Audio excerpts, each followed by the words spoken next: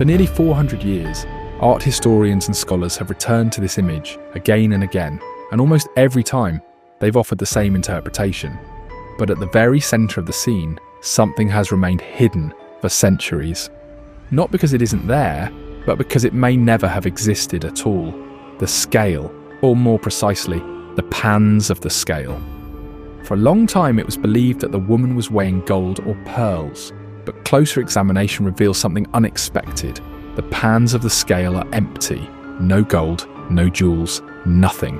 And that single shift changes the entire question. If there is nothing to weigh, then what exactly is she measuring? This is Woman Holding a Balance, painted around 1664 by Johannes Vermeer, a seemingly simple interior scene that, at a glance, appears completely ordinary. And that is why this work is often considered one of Vermeer's most misunderstood paintings. A woman stands alone. She's placed within a quiet interior space, an apartment in a 17th century Dutch home.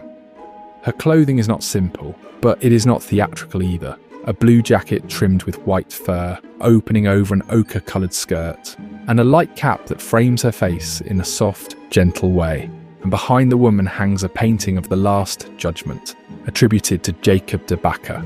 On the left wall, a mirror is visible. Light enters from a window on the left, but a heavy yellow curtain covers almost the entire opening, softening the light as it spreads across the woman's face, the wall, and the table. On the table, everything appears easy to understand. A heavy blue cloth lies across the surface, its folds spilling toward the viewer. Beside it sits a small dark wooden box, with its lid open, a casket or coffer-type container that in the 17th century was not merely functional, but also a marker of social status, combining wealth and refinement. Inside, red velvet lining is visible, and from the box spill 2 strands of pearls, a heavy gold chain, and several coins. At first, everything appears clear. These are symbols of wealth, objects meant to be measured, compared, and ultimately valued. And precisely for this reason, many early interpretations read the scene as moralistic, a warning against attachment to earthly possessions. Even the presence of the Last Judgment behind her reinforces this reading. But that is only the first layer of the story. For a long time, viewers assumed it was weighing gold or pearls. But when researchers looked closer, something unexpected emerged. Microscopic analysis revealed that what had been read as the shimmer of gold is actually just reflected light along the edges of the scale pans. And inside the pans, there is nothing. No metal, no precious stone, no physical weight, only light. Even more strikingly, unlike the other objects in the scene, the scale pans are not painted with true gold pigment. The yellow lead tin pigment clearly visible in the jewellery and coins. And at this point the image begins to drift away from a simple domestic scene. Because if nothing is being weighed, then what exactly is this scale doing? Our attention shifts back to the background, the Last Judgment. At its centre, Christ is seated, delivering final judgment. On either side, humanity is divided, the saved and the damned. And directly beneath this scene, the woman stands, perfectly aligned with its axis. In Christian iconography, this position is often associated with the Archangel Michael, the one who weighs souls before judgment. And so a question emerges: has she unknowingly taken her place within that same structure of judgment? And if so, what exactly is she measuring? Now we move to the left side of the image, where the mirror on the wall enters the interpretation. In 17th century Dutch painting, a mirror placed beside a woman surrounded by jewellery is rarely just decorative. It becomes a symbol of time passing, the fragility of beauty, and the fleeting nature of material possessions, a form of vanitas. But in another reading, the mirror points towards self-knowledge and truth, an idea close to the concept of kennen, meaning inner recognition in the intellectual tradition of the Netherlands at the time. In this sense, the mirror oscillates between 2 meanings, decay or insight, and that duality ultimately returns to the same core idea, measurement. But did Vermeer consciously construct this system of symbols? To answer that, we need to look at his visual language. Vermeer follows a recurring pattern. Light enters from a window on the left and organises the entire composition. But here, there is an exception. The window is almost completely covered. This is highly unusual in his work. and when placed in its historical context, the meaning deepens. During these years, Delft was facing something often overlooked in readings of this painting: the plague. Waves of disease moved through the city, leaving entire families erased one after another. From this perspective, the heavy curtain is no longer just an element of light control. It becomes a closing off of the outside world, a world that no longer feels safe. And so the image shifts. The question is no longer only what the woman is measuring, but what kind of world she's measuring in. In this reading, the woman is no longer just a domestic figure, but a moment of stillness suspended within chaos. She stands between judgment, awareness, and choice, and all of these layers return to a single point, which is why Woman Holding a Balance is considered one of Vermeer's most precise and carefully constructed compositions.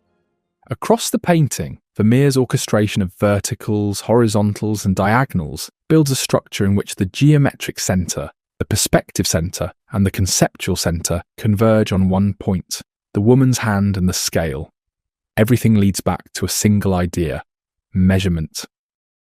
But right near this point, another detail begins to draw attention in certain interpretations: the shape of the woman's abdomen.